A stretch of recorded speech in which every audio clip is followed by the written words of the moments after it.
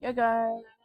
Today we are reacting to the most food, the most the most disturbing food deaths ever by Final Ascent. All right, let's start.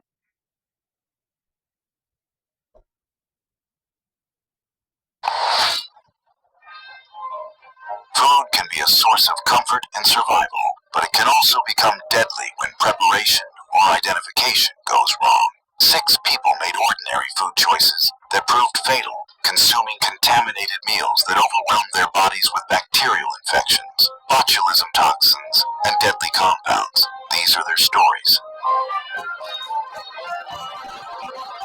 It was June 17th, 2017, at a Baptist church in rural Georgia. The fellowship hall buzzed with the familiar energy of the monthly potluck, where recipes were shared like family secrets, and every dish told a story. In this close-knit community where everyone knew each other's cooking, hidden ingredients could prove more dangerous than anyone imagined. Dorothy Mae Williams, 63, had served as church secretary for 8 years following her husband's death. Her severe peanut allergy required constant vigilance. She carried an epinephrine auto-injector everywhere. 2 previous anaphylactic reactions had landed her in the hospital, the most recent occurring 3 years earlier. After consuming a cookie containing peanut flour, Williams prepared her signature potato salad for the monthly potluck dinner scheduled for 6 p.m. The recipe contained mayonnaise, hard-boiled eggs, diced celery, and red potatoes, the same combination she had made dozens of times without incident. She took pride in her cooking and had won the church's annual recipe contest 3 consecutive years. During dinner service at 6 p.m., Williams ate her usual portion alongside dishes from other congregation members. The fellowship hall buzzed with conversation as 45 church members enjoyed the monthly gathering. During the dinner, no one mentioned any ingredient changes. The rolls looked like any other batch the church had served before. The detail about peanut oil only surfaced later during the post-incident review of the food items. 15 minutes after eating, Williams felt itching around her mouth and throat. Church member Robert Hayes, 51, watched her scratch repeatedly at her neck and face. Williams dismissed the sensation as seasonal allergies and gestured that her throat felt scratchy. Within 5 minutes, visible hives erupted across her face and neck. Her voice became hoarse, and Hayes noticed audible wheezing as Williams struggled to breathe. She reached for her purse to find her epinephrine auto-injector, but couldn't locate it in the crowded bag. Hayes called for help as Williams' breathing became more labored. Pastor Johnson approached the table, recognizing the signs of a medical emergency. Williams tried to speak, but could only produce a whispered rasp as her airway continued to swell. At 6:32 p.m., Williams collapsed from her chair onto the fellowship hall floor and stopped breathing entirely. Her face had turned blue, and she slumped forward with no apparent muscle control. Emergency services were contacted immediately, while Pastor Johnson began checking for a pulse. Paramedics arrived at 6:48 p.m. Their report described her as unresponsive, with no measurable pulse or blood pressure, and severe swelling that made airway access nearly impossible. Hives covered much of her upper body. Her lips and fingernails had turned blue from lack of oxygen. Paramedics immediately administered epinephrine and attempted intubation, but severe swelling prevented the breathing tube from being inserted. Despite multiple doses of epinephrine, antihistamines, and steroids, Williams remained in cardiac arrest. The paramedics worked for nearly an hour, performing CPR and administering medications. Church members gathered in the parking lot, praying and waiting for news. By the time the last resuscitation attempt failed at 7:25 p.m., Williams had been without a heartbeat for nearly an hour. The medical examiner ruled the cause of death as anaphylactic shock from peanut exposure. During the review of the scene, investigators found her epinephrine auto-injector inside her purse and noted it had expired 6 months earlier. Laboratory testing on the leftover food items detected peanut protein on both the dinner rolls and the portion recovered from her plate, confirming the source of exposure. Investigators later identified the person who prepared the rolls as 54-year-old Sarah Mitchell, a longtime church member. She told them she had used peanut oil in the recipe, but had been unaware of William's severe allergy. It was July 4th, 2006. Before we continue, Why do people barely ask about allergies? I mean, she could have asked them if they had any allergies and whatnot, because it's a gathering.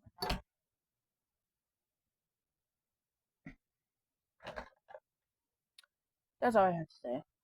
I'm messaging my friend that I cannot call him since I'm reacting to video. 16.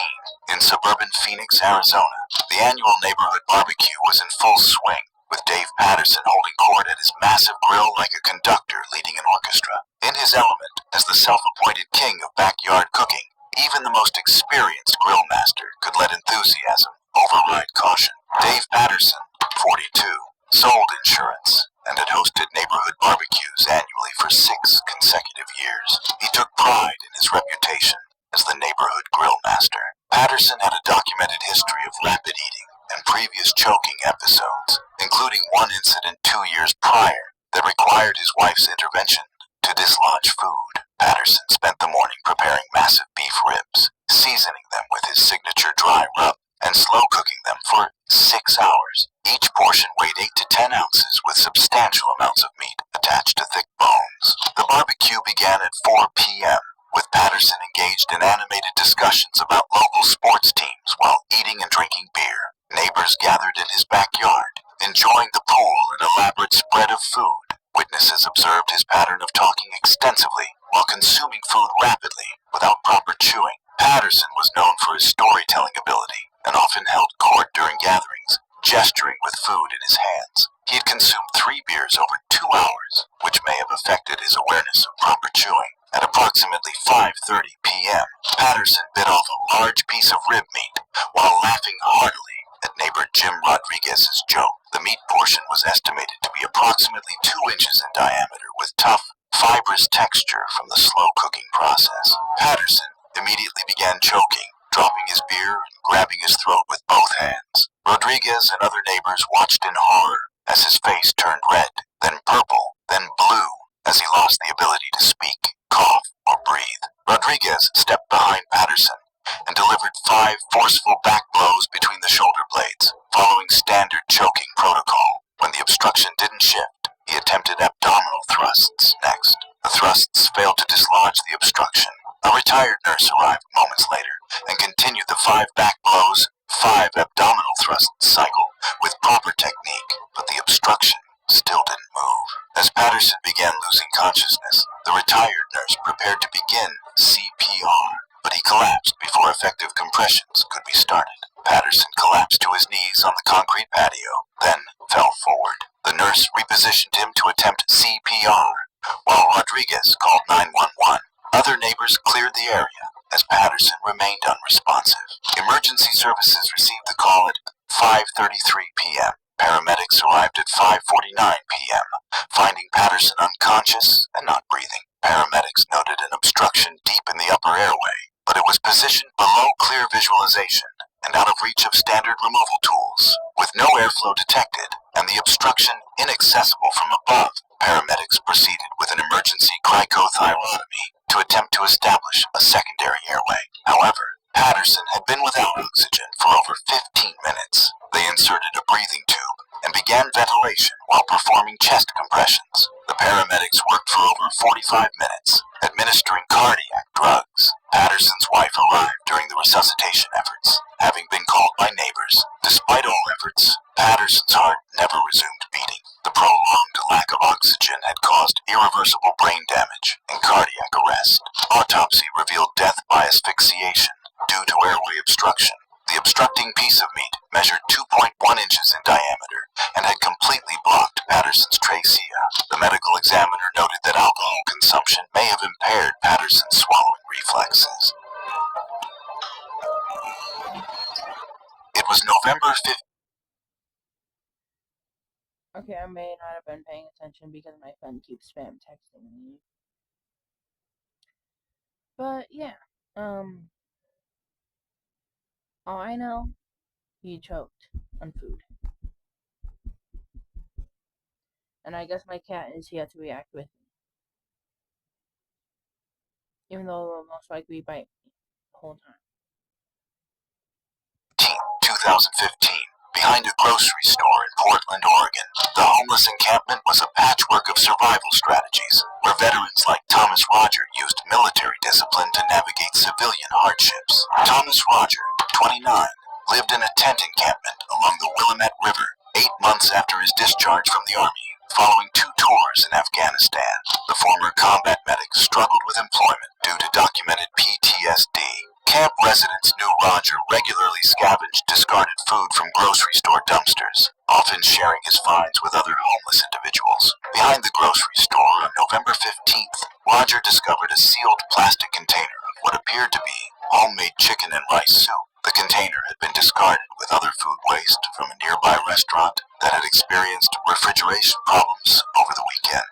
Unknown to Roger, the soup contained chicken that had been contaminated with salmonella during processing. The restaurant had discarded the soup after discovering their walk-in cooler had malfunctioned, allowing the contaminated poultry to reach dangerous temperatures for over 24 hours. Roger consumed 2 cups of the soup around 6 p.m., heating it over a small camping stove. Camp resident Maria Santos observed Roger eating the soup and noted that he seemed to enjoy the warm meal after several days of cold food. 12 hours later, Roger experienced severe abdominal cramping and frequent diarrhea. Santos found him doubled over with intense pain and watery bowel movements occurring every hour. Roger complained of feeling weak and had developed a fever. Over the following 48 hours, Roger's condition deteriorated as severe dehydration set in. Living outdoors without access to clean water or medical care, he was unable to replace fluids lost through constant diarrhea and vomiting. His fever climbed as the infection spread to his bloodstream. By November 18th, Roger had developed septic shock as the bacterial infection overwhelmed his weakened immune system. Santos contacted emergency services at 2:30 p.m. when Roger became delirious and showed signs of severe dehydration and confusion. Paramedics arrived at 2:45 p.m., finding Roger semi-conscious with gray, dry skin and dangerously low blood pressure consistent with septic shock. His pulse was rapid and weak, and his breathing was shallow. Roger was transported to the regional hospital where he received emergency treatment, including intravenous fluids and antibiotics. However, the salmonella infection had progressed to septicemia, and his weakened immune system from months of malnutrition could not fight the overwhelming infection. Blood tests confirmed a severe salmonella infection that had already advanced into septic shock. Despite immediate fluids, broad-spectrum antibiotics, and vasopressor support, his blood pressure never stabilized. The infection was overwhelming his organs. His kidneys failed from dehydration and poor circulation, and his heart could no longer maintain adequate output. The medical team continued treatment, but the systemic infection had progressed too far for reversal. He showed irreversible organ damage, consistent with late-stage septic shock. He died 4 days after eating the contaminated soup, after septic shock and multi-organ failure overwhelmed his system. The official cause of death was listed as septic shock with multi-organ failure. Laboratory analysis later confirmed salmonella enteritis in his blood cultures. His prolonged malnutrition, constant exposure to the cold, and delayed access to medical care had left his body unable to fight the infection.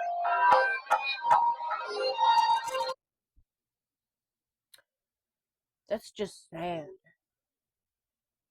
He didn't know that it was contaminated.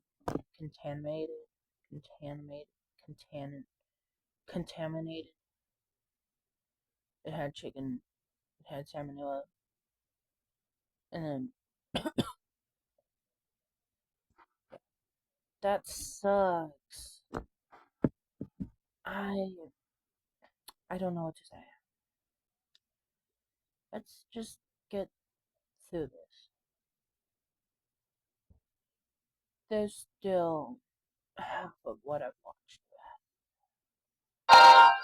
It was September 22nd, 2018, at a rural farmhouse in Iowa. The kitchen was Susan Miller's domain, where she transformed garden abundance into winter security with the methodical precision of a woman determined to stretch every dollar. Susan Miller, 44, stayed home raising 3 children while managing type 1 diabetes diagnosed 15 years earlier. Poor glucose control had hospitalized her twice in the past year for diabetic ketoacidosis. Recent medication medication rationing due to financial constraints had left her in a weakened state. Following her husband Mark's job loss, Miller had begun preserving garden vegetables to reduce household expenses. She had successfully canned tomatoes and pickles earlier, but had limited experience with low-acid vegetables like green beans. Miller used a water bath canning method instead of the required pressure canning technique. On September 20th, Miller opened a jar of green beans she had canned 3 weeks earlier. The beans appeared normal with a proper seal and color, showing no obvious signs of spoilage. However, the improper canning method had created anaerobic conditions perfect for botulism spore growth. Miller prepared the beans by briefly warming them in a saucepan for less than 2 minutes, not reaching sufficient temperature or duration to destroy botulism toxin. She consumed approximately 1 cup of the lightly warmed beans, along with her normal dinner. The green beans contained botulism toxin, produced by Clostridium botulinum bacteria that had grown in the improperly canned environment. The brief, low-temperature heating had not reached the 100 to 85 degrees Fahrenheit for 5 minutes required to neutralize the potent neurotoxin.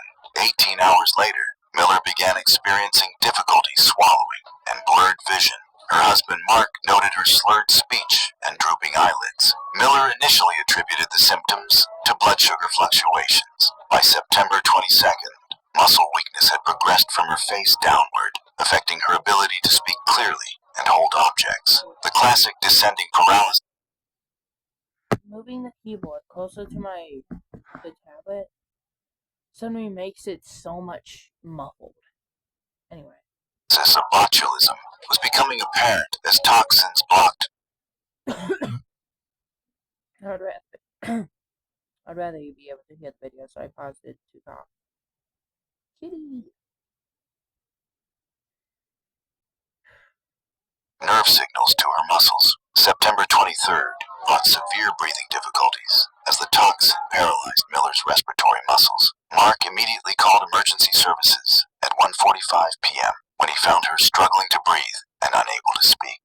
Paramedics arrived at 2 p.m., finding Miller with severe muscle weakness, difficulty breathing, and classic signs of descending paralysis consistent with botulism poisoning. Her respiratory muscles were failing rapidly. Miller was transported to the regional hospital, where physicians administered botulism antitoxin and placed her on mechanical ventilation.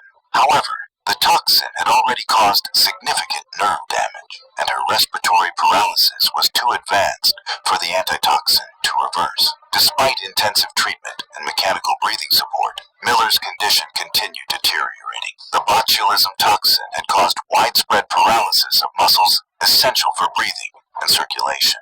Her weakened diabetic condition complicated treatment as her body struggled to fight the effects of the neurotoxin. Blood sugar levels became increasingly difficult to control as her body systems failed. On September 28th at 4:20 a.m., 6 days after symptom onset, Susan Miller's breathing stopped entirely despite mechanical support. The woman who had tried to save money by preserving her own food had been killed by the improperly canned green beans. Death resulted from respiratory failure caused by botulism poisoning. Laboratory analysis confirmed the presence of Clostridium botulinum toxin in both Miller's blood and the remaining canned green beans. The water bath canning method had been insufficient to kill botulism spores in the low-acid vegetables. I don't eat green beans anyway. I'd be safe. I'd be fine.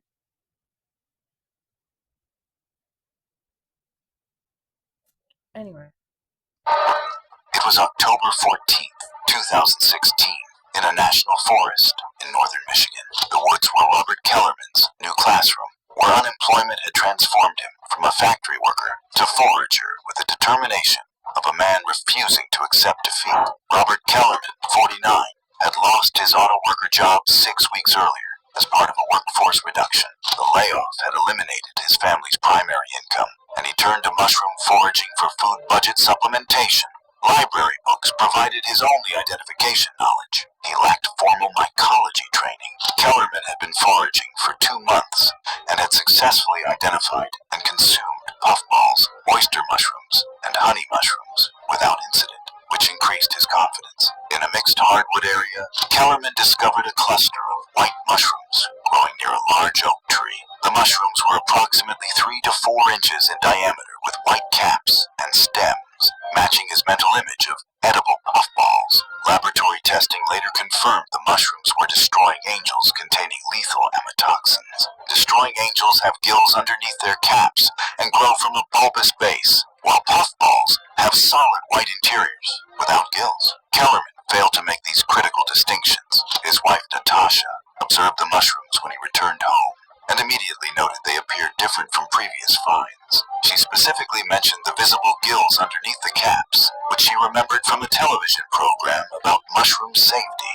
Natasha suggested Kellerman consult his field guides more carefully. Kellerman dismissed his wife's concerns, stating he had been successfully foraging for 2 months without problems. He prepared approximately 8 ounces of the mushrooms by sautéing them in butter and garlic for dinner, consuming the entire portion. Natasha declined to eat them due to her concerns. 8 hours after consumption, both Kellerman and his wife experienced severe nausea, vomiting, and diarrhea. Natasha had consumed a small amount during cooking. The symptoms lasted approximately 12 hours, with both experiencing dehydration and weakness. By October 16th, both felt significantly better, following the typical pattern of amatoxin poisoning, where victims experience temporary improvement before liver damage becomes apparent.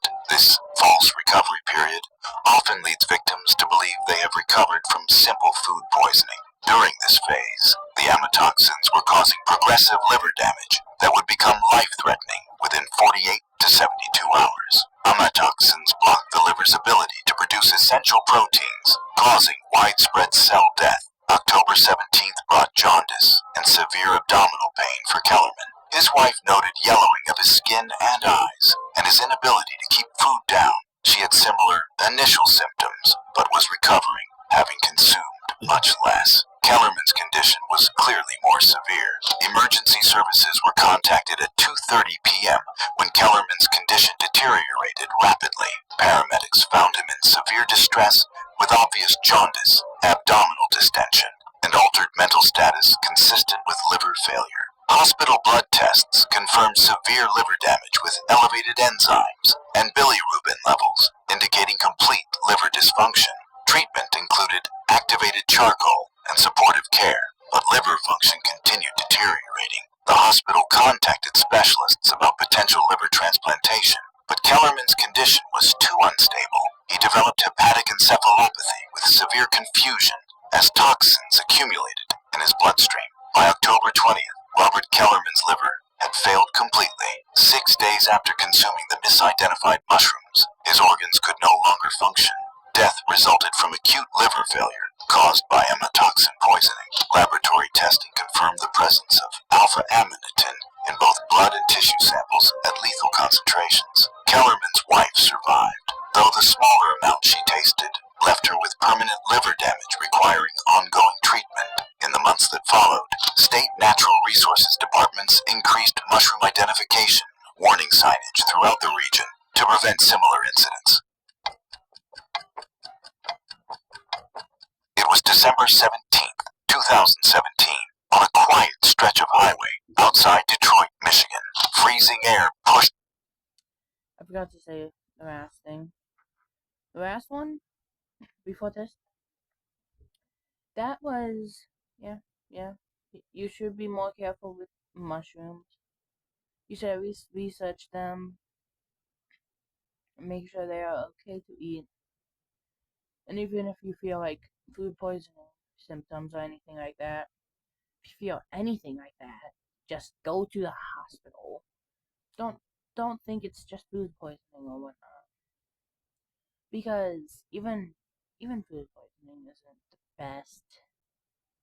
I wouldn't know, I haven't had it. But yeah, still.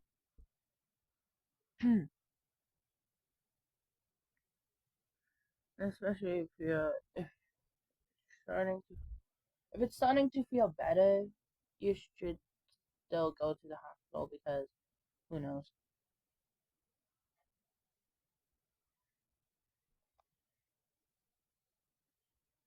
Bruh.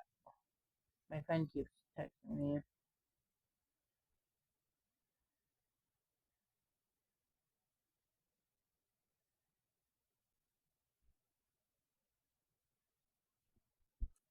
across the empty industrial corridor, and thin sheets of black ice formed under intermittent streetlights. Angela Torres drove home after another overnight ICU shift, her sedan moving steadily through the early morning dark. Torres, 29, had been covering holiday staffing gaps for weeks, stacking long shifts with minimal sleep. Co-worker reports later confirmed she relied heavily on stimulants to stay alert, energy drinks during charting, caffeine tablets at the start of each shift, and strong coffee through the night. Hospital logs and time cards showed she had worked nearly 22 hours before clocking out that morning. At 2:15 a.m., surveillance footage from a convenience store captured her buying 3 large energy drinks and a bottle of caffeine pills during a brief stop on her way home. She consumed very little food during the shift, allowing the stimulants to absorb faster. The drinks she purchased each contained about 300 milligrams of caffeine, and the pills added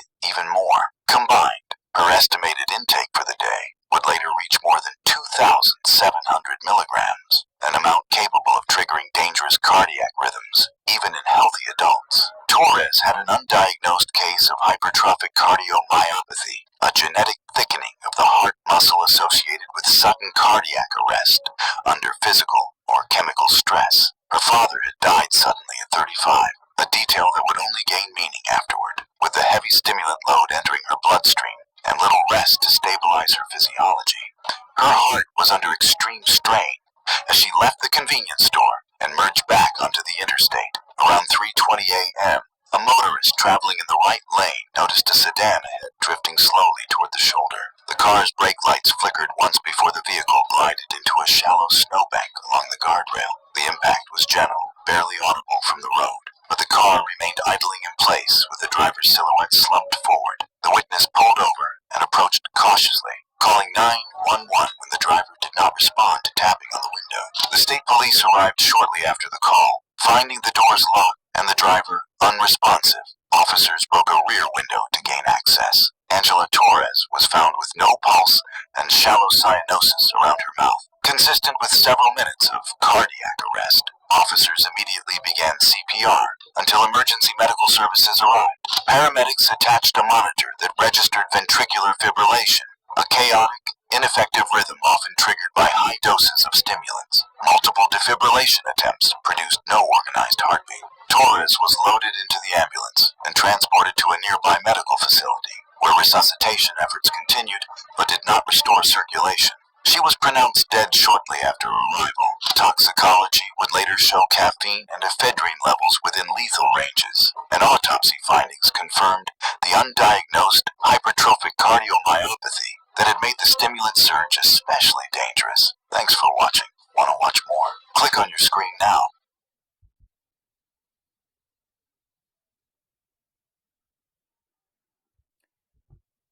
Those aren't really food vibes, but okay then. So yeah, that was the video.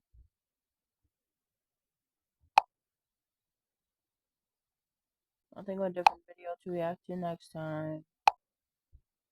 My friend will finally get the feeling of being able to be on a call with me. See ya!